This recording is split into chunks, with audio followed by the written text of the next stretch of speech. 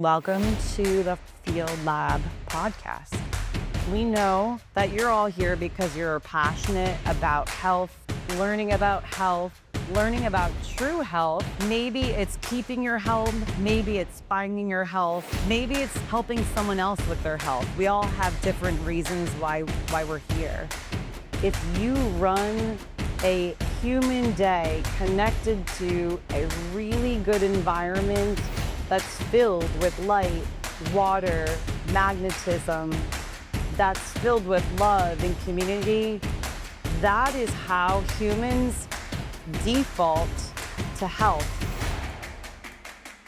Alongside diet, exercise has become firmly rooted in the modern day health paradigm.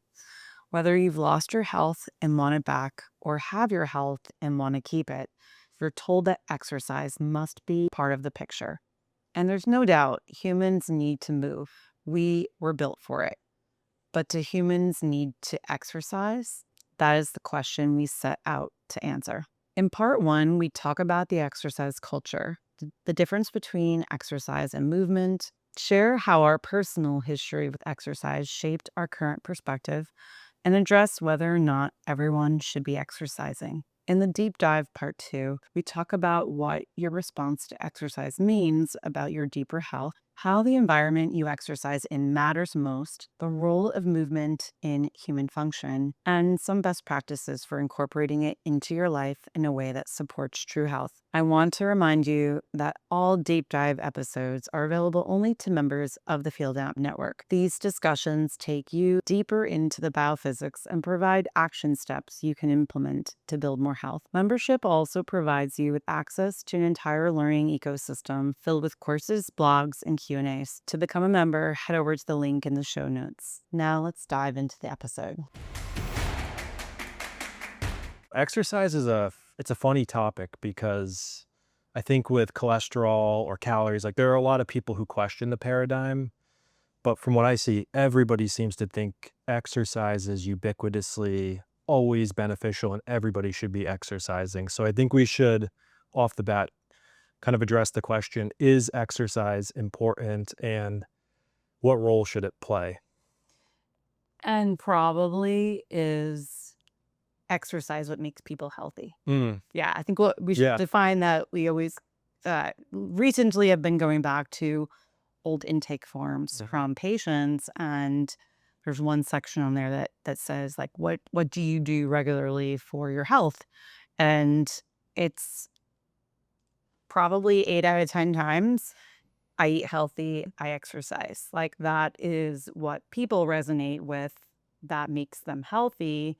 So I know we did a bunch of episodes on food. So I think we decided like, let's do the exercise episodes because we kind of have to break down this thinking of food and exercise are what build health. And I think just like we said with food, it's not that exercise and maybe more distinct movement like doesn't matter.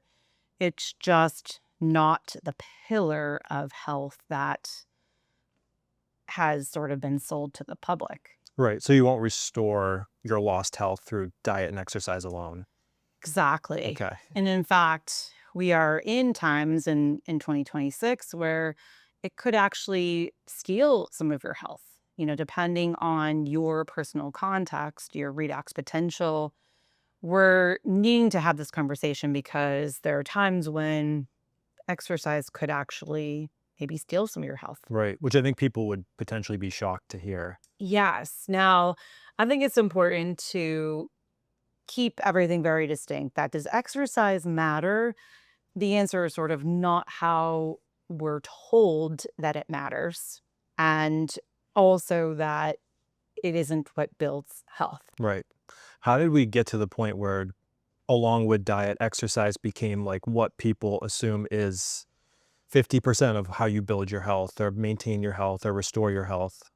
I mean, I before we started the episode, we were like, oh, we don't know all the history, other than there's a clear relationship to obesity, overweight increasing, and then this focus on calories and exercise that came as a result. Mhm. But I can say personally, working with patients, there seemed to be often this moment where calories and exercise were really put together. Mhm. There was a strong partnership that if you were weight focused, then you could really count calories and do a certain amount of exercise, and that would be the magic recipe. That was a really common combination that was sold as health to Mhm. the public. I also think that you were kind of mentioning that from family history that okay, sometimes it was if the calories restricting the calories didn't work, well, then oftentimes adding in exercise seemed like the next step for It's like what you had to people. do. And I think there's also that moment too where if if calorie restriction didn't work, then you could add in exercise. I think now there's sort of it's all over the place. Some people will try to exercise first before changing their diet, but there's such a clear link between food and exercise, food and exercise. So this is why we have to definitely have this conversation. Um, I know we're well suited for it, especially with, my history of co-founding a CrossFit gym, Right. which most people then know in my own story. But of course, you were a coach of that CrossFit Yeah, I gym. did a lot of CrossFit Yeah, myself. yeah. So I think we should kind of talk about that because we definitely have a lot of perspective in the current moment Mhm. around fitness and kind of how that looks different than it looked in the past. But I think there's definitely a history that's relevant that kind of started probably around the Weight Watchers time, Mhm. and there was curves and some of these other, um, the kind of like nice ways for people to get into fitness that maybe had not done any activity before. Right. There were like step aerobics and kind of the beginning of classes. This was, I mean, before yoga and all of these things are definitely nothing I grew up with. No. Now, granted, I grew up in New England. I don't know how I think there was definitely a Western America, like, they were ahead of the times Yeah, it got kind of with exported. yoga, yeah, and some of that, but definitely now, here we are where it's like we're in this exercise culture that everyone is really thinking and equating exercise with being healthy, Right. and that if you don't exercise, which I see quite a bit, I have a lot of patients that come in and say, "I don't exercise, like, that is really unhealthy for me that I don't exercise. I need to figure out how to exercise." And that's just not an easy answer, Right. which I think is why we need to have these conversations. And I think we're going to do a part two as well, where, does exercise always look the same? Mhm. And that's another even deeper dive.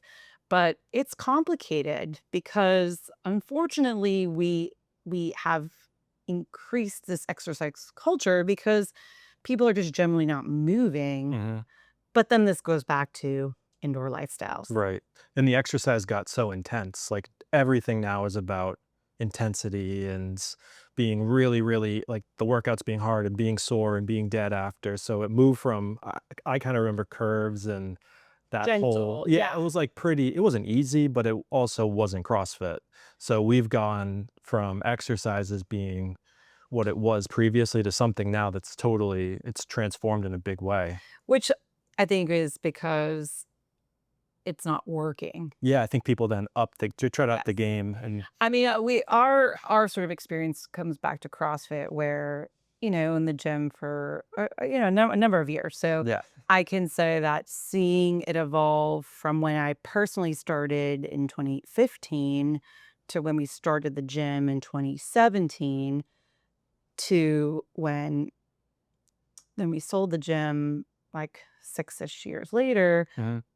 it became more and more and more and more what sort of began as I think what, Greg Glassman had sort of created was more just hey, this is for regular people. Anyone could kind of open the garage doors Right. and do this functional fitness. Mhm. And that was where it began. I think CrossFit is sort of a unique fitness modality that expresses just what the exercise culture has done just in like a really quick time span. Meaning Yeah, it's that like the logical it went conclusion. from kind of gentle, Mhm. like functional fitness to now where I mean I actually I don't know. I guess we're We at obviously the gave up the CrossFit other than I do know people still in the world of CrossFit and those that are winning, CrossFit games. I mean, these people are they probably are the fittest people in the world. So it went like the from least healthy. yeah, like Yeah. well, yes. But I think we've kind of talked about how um CrossFit does not equal health. Right. But then how interesting that just in a short amount of time, CrossFit as its own modality has expressed sort of what the exercise culture has over a longer time span, Mhm. where it started with curves many, many years ago. That obviously wasn't, I shouldn't say that. It's not obvious, but like it wasn't enough, Yeah, then it became that beach it spot became and beach spot. You're right. Well, and and then it was a then little bit like, oh, you can do this from right. home. And then it became It's almost like the Orange Theory that yeah, like CrossFit, all yeah. the Pilates and yoga studios, and it just became, okay, what are the things we can offer to people that would get them interestingly, I think, in community, Mhm. which I sort of remember the moment I read something, it was like somebody's thesis about like how, everyone at that point of CrossFit was looking for community. Right. And I think we talk about this all the time Yeah, and that that was the best part. really what drove the interest was the fact that it was fun. It was a Yeah. blast, It was yeah. fun. It was a great community. Mhm. People were generally trying to push themselves harder, but it wasn't everyone trying to be the fittest person in the world. 100%. Nobody was at that point, like it wasn't about necessarily having a six pack and Mhm. it was really just to have fun and move and kind of do things different. Like it was Right. kind of cool to flip tires. It was cool. Like the initial days of CrossFit were so simple and non-complicated. And we always did it outside till the last moment we couldn't do Right. it. It And a was lot of like times it was like, okay, we're gonna open the garage yeah. doors and always run outside. And there was so much around trying to do it outside. But Mhm. again, I think this is such a complicated story because fitness is interesting. It can For be sure. interesting. Movement can be interesting. It's just where do we get to with this whole kind of exercise culture? And then everyone's searching for what will work to move the needle, which I think is the moment we're in now where I have a lot of patients who will say to me that there's not, I can't do anything more. What do I do now? I've gone to CrossFit. I go 5 days a week. I do the The macros and I do every everything, diet. Yeah. and it's not moving the needle. But again, why is the needle to lose weight? Exactly. What's your metric? Right, yes, Yeah. yes.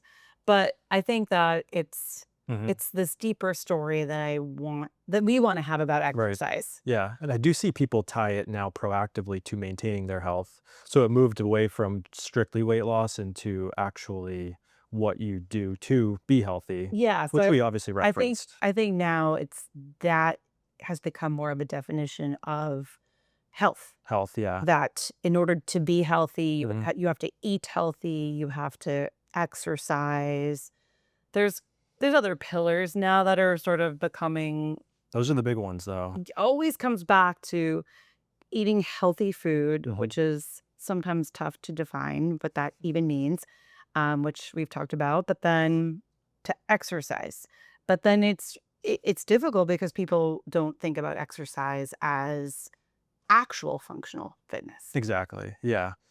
So you referenced that there are some people who maybe shouldn't exercise or should maybe think about exercise differently for where they are in their health journey. Who are those people and how should they potentially approach exercise? Yeah, I mean, so I think we should probably be distinct in that, movement Yeah, I would separate those 2 out. in exercise probably have to be separated Mhm. because if people are using the word exercising, it definitely has like a feeling It's a of connotation of uh, yes, yeah. being a defined movement, a Mhm. defined amount of time. Like, how are you doing that? What does that include? In Do a you, gym yeah, mostly. are you in a gym? Are you watching a YouTube video? It, but then interestingly, most patients will not think of walking as exercise. Exactly. So there's movement, which is definitely important. Mhm. That's the part that really does matter when you think about your entire day. But then exercise is really tricky because it can put someone over the limit quickly. It may put you in a gym. It may be doing a movement at the wrong time.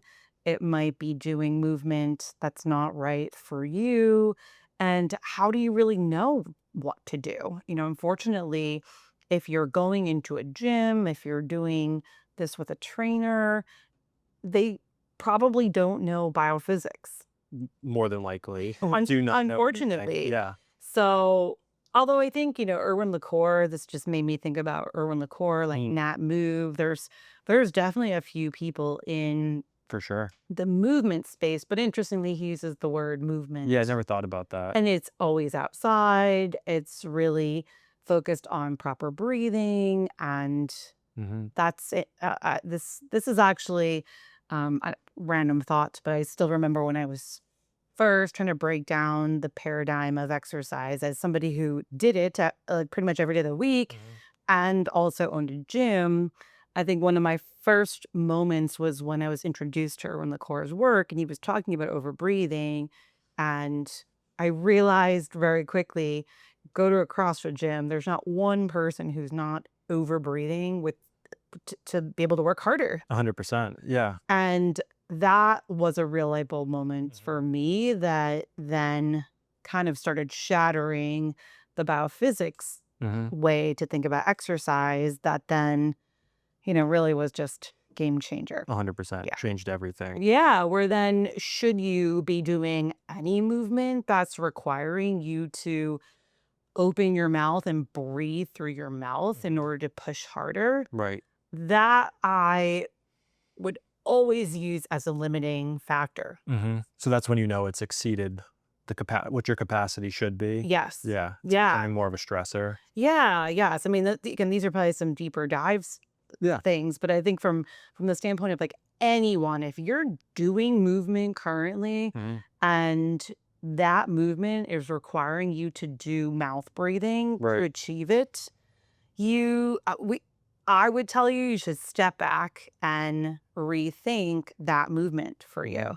I know I've had patients who are runners, and I'll say to them, look, if you really want to run, you need to train yourself to nasal breathe while you're running. Right. It might mean that you have to totally rethink what you're doing and retrain yourself.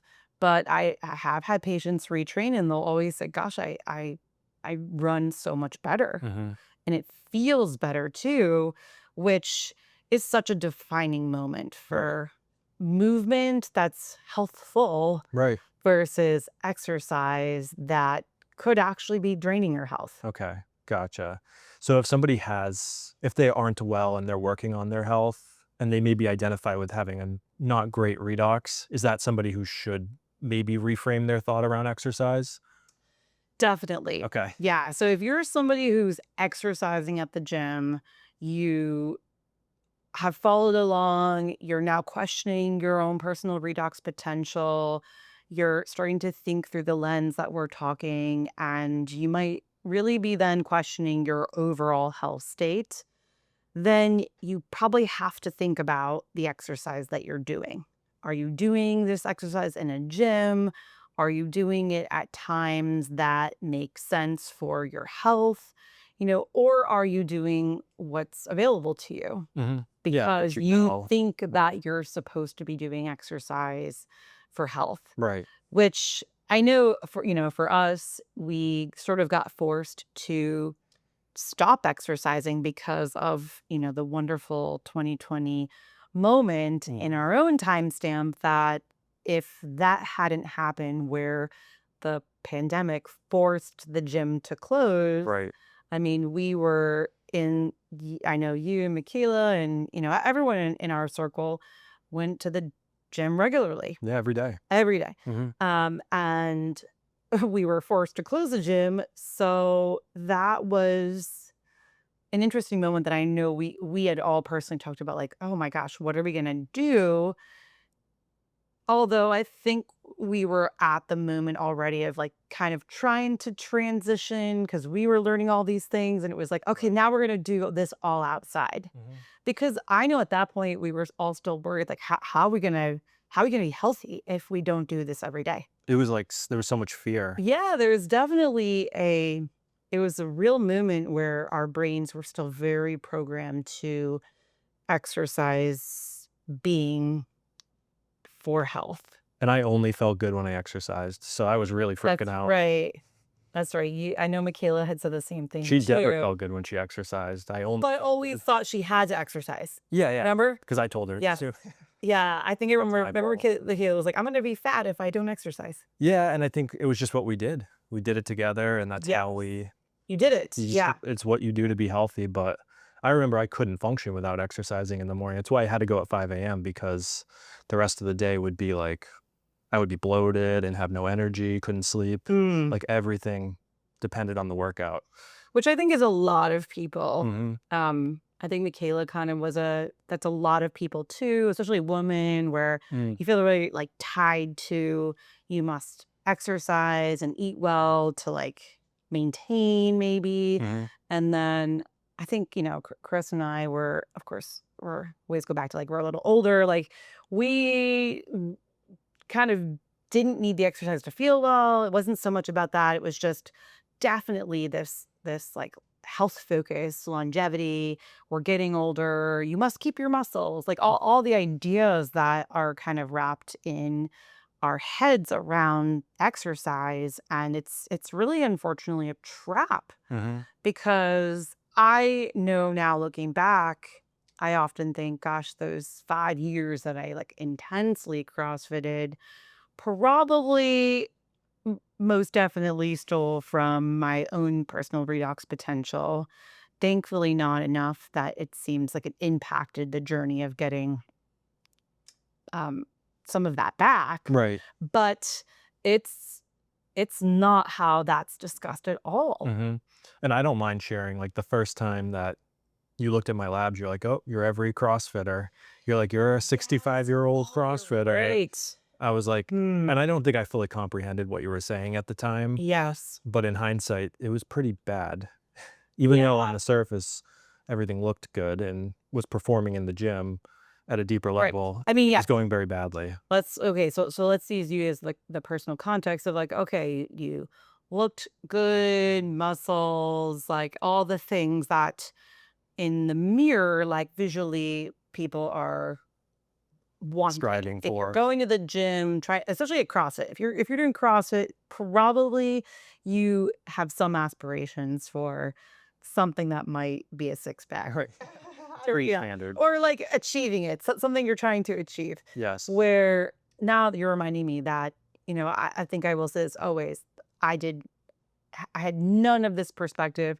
It was truly because of this opportunity of getting to work with patients who were also going to the CrossFit gym and actually realizing that that shattered my paradigm. Mhm. That to me, I expected these people to have the most health. Mhm. That's that's what I was taught. Right. That's what everyone expects, that That's how it was marketed. if you are doing all this work, you look great at the gym, you're Eat the performing in paleo the diet. gym. Yes, you're eating Yeah. the paleo diet, you're counting your calories or your macros. It's it's not what I saw at all. Mhm. In fact, I tended to see that the more people went to the gym and the more dialed in they were, Mhm. the quicker they were to have their health start being lost. And it was probably a lot of that moment of, like, not feeling right unless you're exercising. That's a very common presentation where a lot of the people at the gym were like, "I need you to help me out because I feel really great while I'm doing the movement, Mhm. but I otherwise in my life don't feel well." Feel horrible. Feel like there's not good energy. No. Um there's not good digestion, not good sleep. I mean, that was also the moment where people were starting to use a lot of like the Whoop band was new, the Mhm. Aura ring was new, and recoveries were trash. Like, Mhm. everything was sort of starting to blow up the paradigm of what people thought they should be getting for all of that time in the gym. Yeah.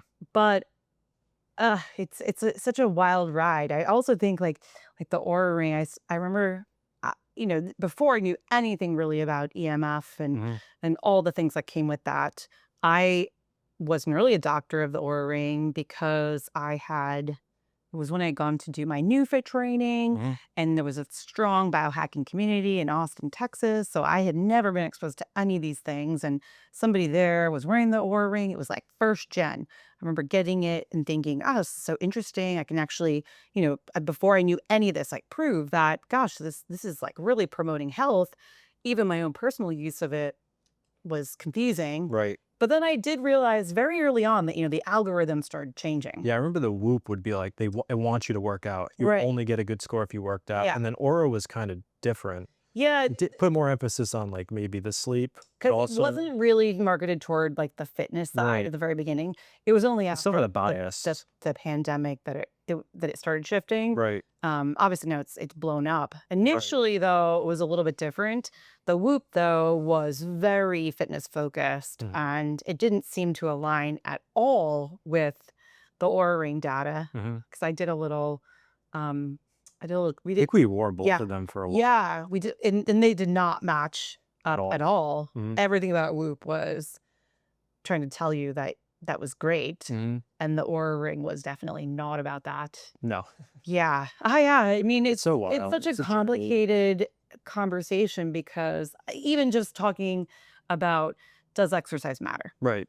Because unfortunately, we know that this isn't the normal conversation anyone in the health space is Mhm. going to have with their patients, with people, and we just want to kind of have a better way of talking about movement. Mhm. Really, really be able to kind of zoom out with your own context and say, well, could exercise matter for me if I'm able to do it maybe outside, if I'm able to do it in community, if I'm able to do it where I can nasal breathe and not mouth breathe. And like there are those things that if you're able to achieve that, it may add to your redox potential. Okay.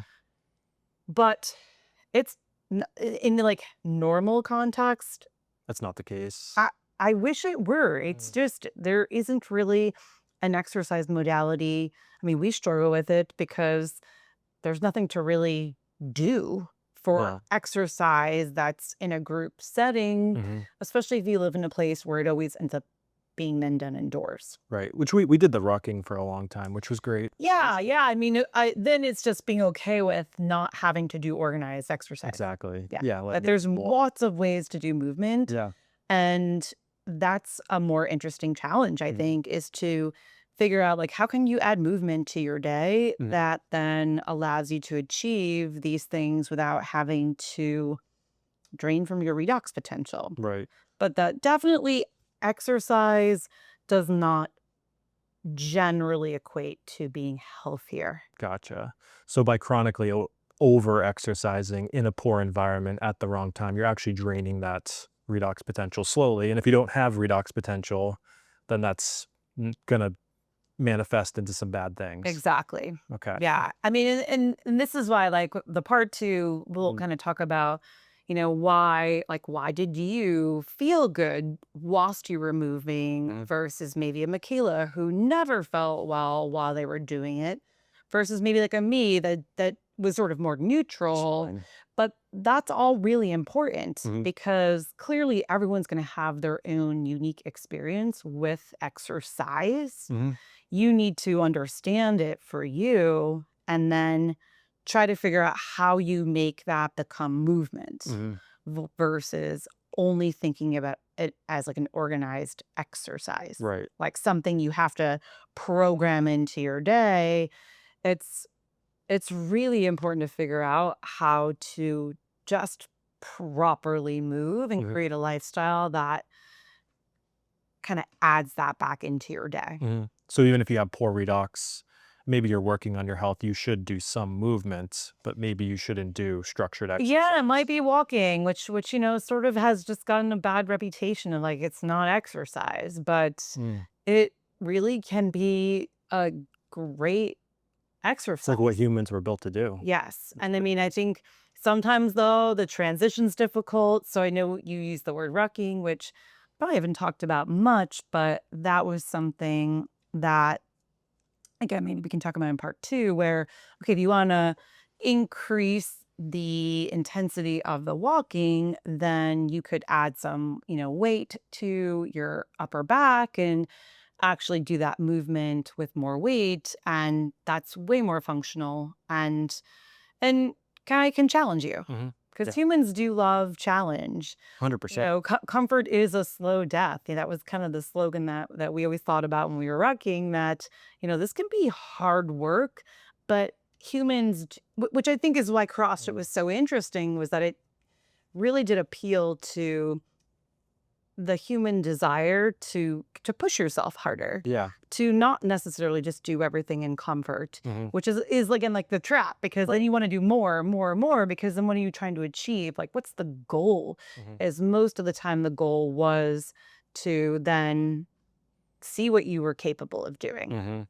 which is just like the snowball effect of too Just keeps much, going. where then if you've lost the perspective of like health, Mhm. how we're talking about health, then exercise shouldn't be to provide health. Like a healthy you Mhm. should then be able to do movement. Right. And I almost feel like it kind of replaced the work of living a good day connected to nature. Suddenly that's what made you feel something, made you feel good. And as soon as we got our day corrected and kind of looked at the environment, there wasn't really a desire to go back to that intense exercise because we were doing the work Yeah. that it was at a mitochondrial level. Yes. And I think it should, to be fair, it took quite a long time. A Again, long like time. being like forced out of the gym in 2020, the gym was closed Mhm. for 3 months. I know. We kind of all jumped into then a biophysics based day, mostly because there was nothing else to really do. Yeah, what else are you Yeah. gonna do? But then that was this moment of, I'd already been like doing a lot of rucking. Obviously, you guys have been doing some rucking. We kind of put the rucking in there. Mhm. It was just nice enough transitioning of weather. We started doing cold It's the therapy in the cold. lake, and like then all of a sudden we were transitioned to outside, and it Mhm. was, even though I don't think any of us were really ready to give up CrossFit, we then gave up CrossFit inside the gym. Mhm. I know that we had the whole outdoor setup and used that for a good amount of time.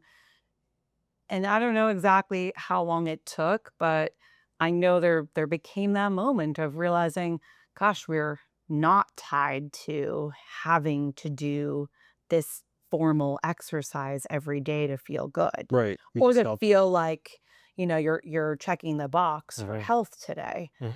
that it no longer became something that we thought we were doing for health. Right. It really then became about, okay, well, if I want to do some pull-ups, I'm doing some pull-ups, Mhm. but not because I have But I'm to not doing or 300 of them. check the box Yeah. or 300 Yeah. after you do, 300 air Right. squats. And yes, I think the last time we did Murph was that year. I remember we did the Murph I outside. remember doing it. I do remember doing that. But we did it on the lake. Yeah. Yeah, Yeah, it I was mean, good. thank God that was the last Murph we ever did. Mhm. We did it outside, but that was, end of May. So Mhm. we were still very tied to this, like, we must do this for health. It, but so I said it mostly because I know this conversation is going to challenge a lot of people's thinking around doing exercise. Yes. And that it may not be that you're deciding tomorrow not to go to the gym, 100%. but it's more to challenge you to think about the day that you're living. If you're living a decentralized day, it may be that exercise no longer finds its place in that model, that it may be that it becomes movement that naturally flows with the day you've created. Mhm. I think you have to be realistic with yourself too. if you're not achieving more health with what you're doing, then something needs to change. Yes, and it may be that you have to disconnect from it. I think for myself and I think for Chris, there was that moment where then once we kind of I learned it took, it took a little bit to like learn more that then it was kind of the moment of, okay, I think we're gonna let this go to actually jump more in on the journey of rebuilding redox potential, Mhm. knowing that it could not be done by continuing with that modality of Mhm. exercise, Right. even outside. Mhm. Now, again, like personal choice, it's adding it all up in your head, trying to understand what that means for you. But this is mostly so that way we kind of challenge everyone to be able to think about themselves. Like, where are you now as you're journeying along? Like, where's your redox potential? Do you have redox to build? Mhm. If you do, you might need to dial back on the exercise. You might need to even stop it for a short period of time. And does that mean that it's forever? No. But then does it mean that you have to figure out the movement to add back in, once you've turned this process around for your own health?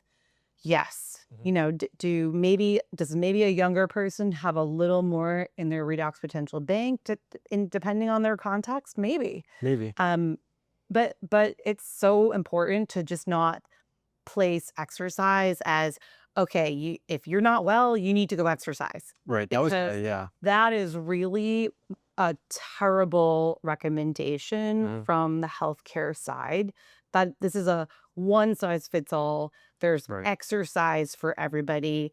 Maybe you're doing curves, maybe you're doing YMCA, maybe now it's kind of Mhm. like the circuit at Planet Fitness. Like everything, there is still like something for everyone that most people get told, Go do it. go exercise. If you have weight to lose, go exercise. If you have diabetes, go exercise. Mhm. If you have high blood pressure, you got to exercise. Really, it's the plug and play for all chronic disease. And for how I see it, for most people, that is not where you want to start to rebuild Mhm. health. And I see so many patients who are so unwell, but then feel terrible that they can't exercise, and their doctor's telling them, "You're unwell because you can't exercise." All So the it's like true. this Yeah. circular trap that they can't get out of. Yes. Which Yeah. is Which doesn't make any sense at all. It doesn't make any sense to us, but then you see how that just defeats somebody in their process, where how do you find health? Well, you're not going to find it in the gym. You just won't. It's Like just you how it will is. not find health in a diet. Mhm. This is not where you find health. Can, food and movement be part of a decentralized lifestyle? Absolutely. Mhm. But it should not be where you start. It should be where you eventually move to. When you go into an indoor environment and you realize this entire environment may be LED lit, flickering, artificial, noontime, polarized summer, and now you're not running your muscles on full spectrum sunlight, and it may actually be that you are running those muscles pro-inflammatory, which then makes you question this bigger story of, should you just exercise whenever you want? Yeah. I think the answer is no. That would build hypertrophied six-pack muscles Absolutely. really well, Yeah. but at the expense of the immune system, at the expense of the nervous system, at the expense of endocrine system. Yes. Yeah. I guess the first thing is like, okay, step back and realize if you don't know why you're doing it, Mhm. or you think you're doing this for health, then we're challenging you to actually challenge yourself.